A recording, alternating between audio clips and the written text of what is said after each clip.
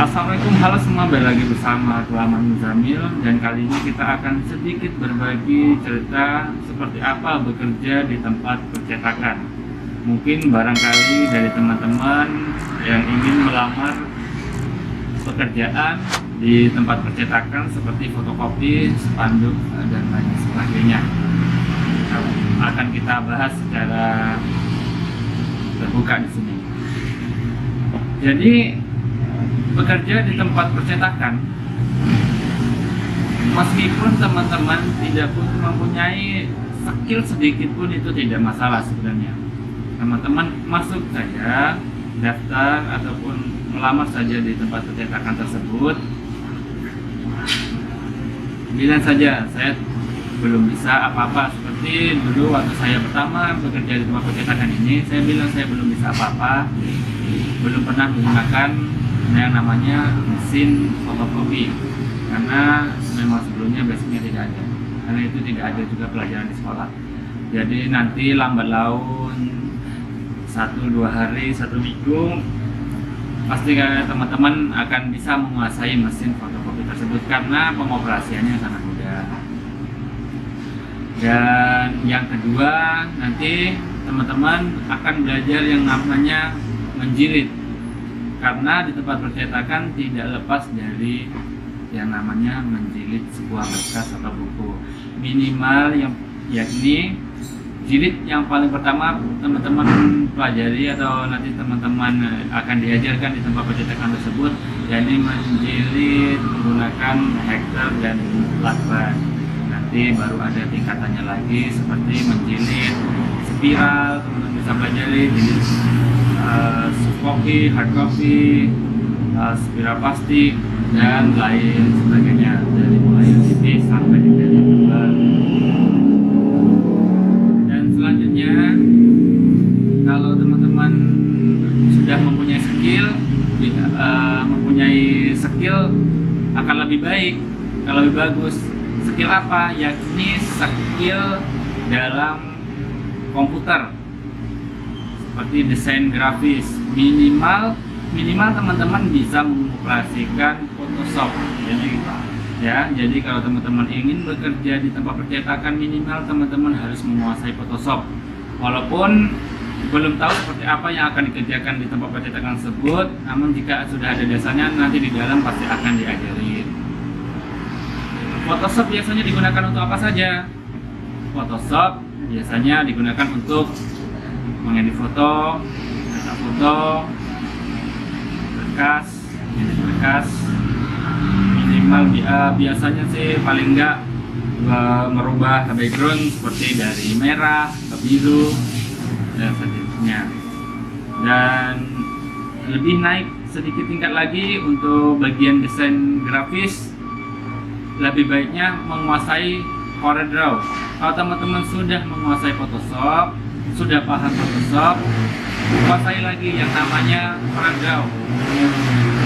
Maaf ya kalau sedikit berisik, karena di depan kita ada jalan raya dan sebelah kiri bengkel, kanan bengkel, belakang bengkel, depan bengkel, atas juga bengkel. Jadi kita di tengah-tengah. Jadi kalau Photoshop saja kurang, menurutku sih kurang. Jadi harus pelajari lagi, upgrade lagi skillnya menjadi CorelDRAW. CorelDRAW itu digunakan untuk kita membuat desain spanduk, desain menu, desain undangan. Karena CorelDRAW ini sifatnya adalah vektor. Vektor itu kerapatan gambarnya lebih bagus, tidak pecah apabila di zoom, dan lebih mudah digunakan untuk media percetakan. Sedangkan untuk manipulasi data yang lebih mudah yakni Photoshop. Jadi kita menggunakan Photoshop untuk memanipulasi gambar, CorelDRAW untuk membuat sebuah desain seperti spanduk dan lain sebagainya, karena lebih mudah. Jadi akan lebih bagus apabila teman-teman menggabungkan keduanya. Pelayanan. Kalau untuk melayani konsumen, biasanya kalau untuk edit data seperti KTP, ijazah, itu sebaiknya jangan, karena beresiko. Tapi kalau hanya mengedit berkas pun yang sudah ada, nggak masalah. Tapi jangan merubah data asli seperti ijazah, KTP, lamaran perusahaan itu jangan teman-teman, karena itu menurutku sih tidak baik secara hukum ya, kena pidana nanti panjang urusannya. Kita usahakan jika ada klien kita pekerjakan dengan cepat, ataupun jika pekerjaannya sedikit rumit ya kita tempo untuk dikerjakan sore hari, atau biasanya maksimal untuk pengerjaan seperti spanduk, stempel dan sebagainya itu dikerjakan maksimal 3 hari. Dan nanti juga ada stempel di kalau di percetakan itu yang kita bikin biasanya sih fotokopi, cetak foto, edit foto, bikin spanduk, stempel, undangan ya, di dunia percetakan seperti itu. Kalau untuk keluhan sendiri, keluhan di bekerja di percetakan ya, ini untuk konsumen memintanya kadang aneh-aneh. Sudah minta A, kita bikin A, dia revisi ke B, kita bikin B, dia revisi ke C.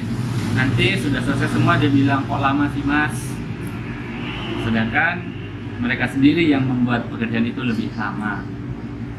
Dan yang masuk kepada kita proyeknya bukan cuma satu, si A harus cepat, si B, si C, jadi kita harus membagi waktu dengan cermat. Dan diusahakan dengan pelanggan itu kita ramah ya, terutama kita harus ramah dan santun, karena itu kunci untuk membuka usaha. Untuk jam kerja biasanya kalau di percetakan itu mulai dari jam 8 sampai jam 9 atau jam 8.30. Tapi ada juga dari yang jam 6 sampai jam 11. Tidak tahu itu shift atau bagaimana. Kalau di tempat kerja ini dari jam 8.30 sampai 8.30 dan 12 ya. Untuk masalah gaji tergantung sih. Ada yang 1.500.000, 1.700.000, 2 juta, 2.500.000, 3 juta. Cuman biasanya untuk gaji kotor di tempat percetakan itu dari mulai 2 sampai 3,5 seperti itu.